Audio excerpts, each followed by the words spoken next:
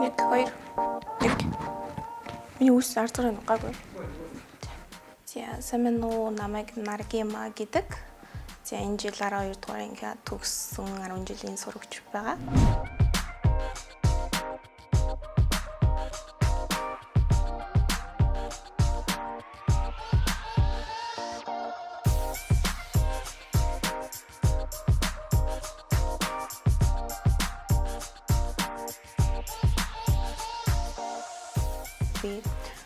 Гар урлалын ер нь бол бүх төрлөөр бүтээл төрөвдөг. Тэр дундаа цэс урлалаар бол бүтээл төрвэд одоо 4 дахь жилдээ болж байна. Тэгээд энэ хугацаанд болохоор дотоод болон гадаадын олон хүмүүст одоо борлуулдаг.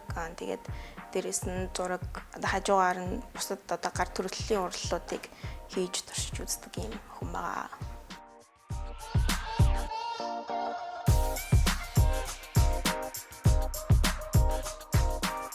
Гар урлалыг болохоор ер нь л бүр багасаа л хийсэн.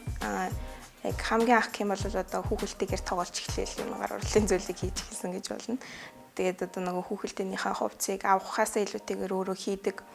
Тэгээд одоо байшин байрлагч байдаг юм уу? Тиймэрхүү жижиг зүйлүүдийг нөртөл өөрөө хийн гэсэн, ерөөсөн авна гэсэн бодлого дандаа өөрөө хийдэг л тийм байсан. Тэгэхээр бүр багасаа л гар урлал хийсэн гэж хэлж болно. Би яг 15 наснаас хойш бол яг аав ээжээсээ хэрэглээнийхээ мөнгийг бол тусдаа гарсан гэж бол хэлж болно. Тэгээд Яш ер нь бол яг төлөвлөгөөгөр бол Яшийн өнгөрөөгөөд яг дисбүтэлээрээ бол орон нутгуудад одоо гаргана гэсэн төлөвлөгөөтэй байсан. Тэгээд Яш маань хойшлцглоо. Гэтэ энэ хугацаанд болохоор яг орон нутгууд руу гаргах бүтээлүүдээ хийгээд тэгээд хэдий өөрчлөгдсөн ч гэсэн яг гаргасан төлөвлөгөөнд маань бол нэг айхтар бол өөрчлөлт ороогүй. Тэгээд одоо болохоор орон нутгууд руу бүтээлүүд маань гарах гэж байгаа.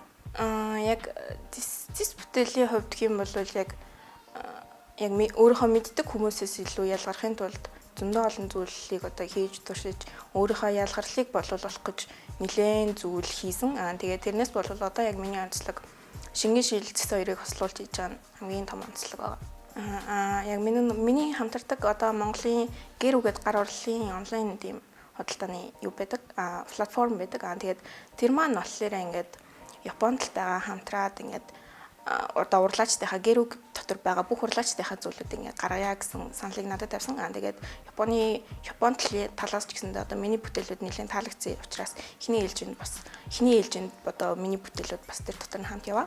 Тэгээд одоогоор бол яг гаргах тал дээр манай баг гэр үгийнхэн маань ажлуудаа хийгээд явж байгаа. Манай аавын тал ер нь бол их одоо гарын дүүтэй. Манай ээж аав хоёр нь өөрсдөө их гарын дүүтэй. Аа маань ч гэсэндээ одоо сэргээн засварлалт одоо имэйл хазаарч гэдэг юм иймэрхүү зүйлүүдийг бас хийсэн хийдэг. Тэгээд уран зураач ах нар маань бас байдаг.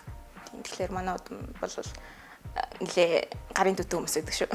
За энэ болохоор манай өөд болоход яг би хамгийн анх өөрийнхөө хамгийн ойр дотны хүнийг одоо алдаж байгаа нь яг тэр байсан. Тэгэхээр надад бол маш хүн дээр тусч исэн байхгүй. Тэгээд одоо би 10хан настай хүүхэд одоо эмээгээ өөд болох үгүйчийг мэдэхгүй шүү дээ. Тэгэхээр гинт сонсон айгүй их тийм сэтгэлийн цохилтойсэн. Тэгээд тэрнээс хойш болохоор яг ингээд эмээгээ дурсыг гингүүд нэг хамт ахуулсан зураг байдаггүй, дурсамж бас нэг байдаггүй байсан учраас тэрэнд амар их харамсдаг байсан. Тэгээд угаасаа л нэгэнтэй л дахиж зураг авахгүй чадахгүйгээс хойш би ингээд эмээтэйгээ ахуулсан зурагтай болохын тулд ингээд өөрөө зурсан. Одоо манай ээж авч нь эртний идэл цуглуулдаг одоо тэгээ алтны дэрэг гуйл шарлна гэдэг шиг яг энэ сэтгэхгүй бас ингээд надад суудчихсан байгаа учраас би энэ яг Монголынхаа өвс соёл уламжлал гэдэг зүйлд маш их хайртай. Тэгэхээр бас миний нэг туйлын зорилго маш одоо холын зорилго маань болохоор дэлхийн одоо аль болох олон оронд Монголынхаа тэр өвс соёл уламжлалыг харуулсан одоо угсаатны зүүн музей нэхийг бас зорддог мөрөөддөг. Тэгээд тийм хол ойрын хоёр зорилго өртлөөл алхаж явна да. Хобби би болохоор зоос цуглуулдаг. Зоос болон тамга цуглуулдаг. Тэгээд миний зоос болохоор эртний тийм дандаа мөнгөн тэмдэгтүүдийг цуглуулдаг. Одоо бүр манай эртний өмнөх зоосноос ахуулаад одоо үеийн зоос хүртэл. Тийм. Нөгөө миний яг зооснууд дотор хамгийн сонирхолтой нь гэвэл их хаадын нэг зоос гэдэг, мөнх хааны мөнгөн зоос гэдэг. Тэр бол маш гоё зоос. Тэрэндээ бас их хайртай. Тэгээд бүр ингээд энэ хумсны талын чинь нэг жижигхэн зоосоос байдаг. Тэр нь болохоор нийтийн 9-р оны мөнгө байдаг. Тэгэл бүр хамгийн анх ашиглаж исэн одоо гүйлгээний хэрэгсэл гэх юм уу хүрэл явуу гэж зүйл бас байдаг. Тэр нь болохоор бүр нийтийн тоолын өмнөх тийм үеийн зооснууд байдаг. Яг үеийнхнээгаа бас ажиглаад ангууд нөгөө одоо өөрийгөө олоогүй ч гэх юм уу өөрийнхөө нөгөө сонирхлыг өмнөө тавилгүй одоо эцэг эхийнхээ шаардлагыг ч гэдэг юм уу эцэг эхийнхээ саналыг урьд болгоод ингээд яваад идэг юм шиг яг миний эргэн тойронд тиймэрхүү хүмүүс зөндөө байдаг. Тэгэхээр яг өөрийгөө олоод ч гэдэг юм уу хиймээр байгаа зүйлээ хийгээд санаа бодлоо туршаад ингээд яг өөрийгөө олоод цаашдынхаа амьдралыг тодорхойлосоо гэж хүсдэг. Хин нэгний үгээр биш. Өөрийнхөө л байвал угаасаа тэгэл цаашдаа яаж зовсон жаргалтаа гарцсан шүү дээ.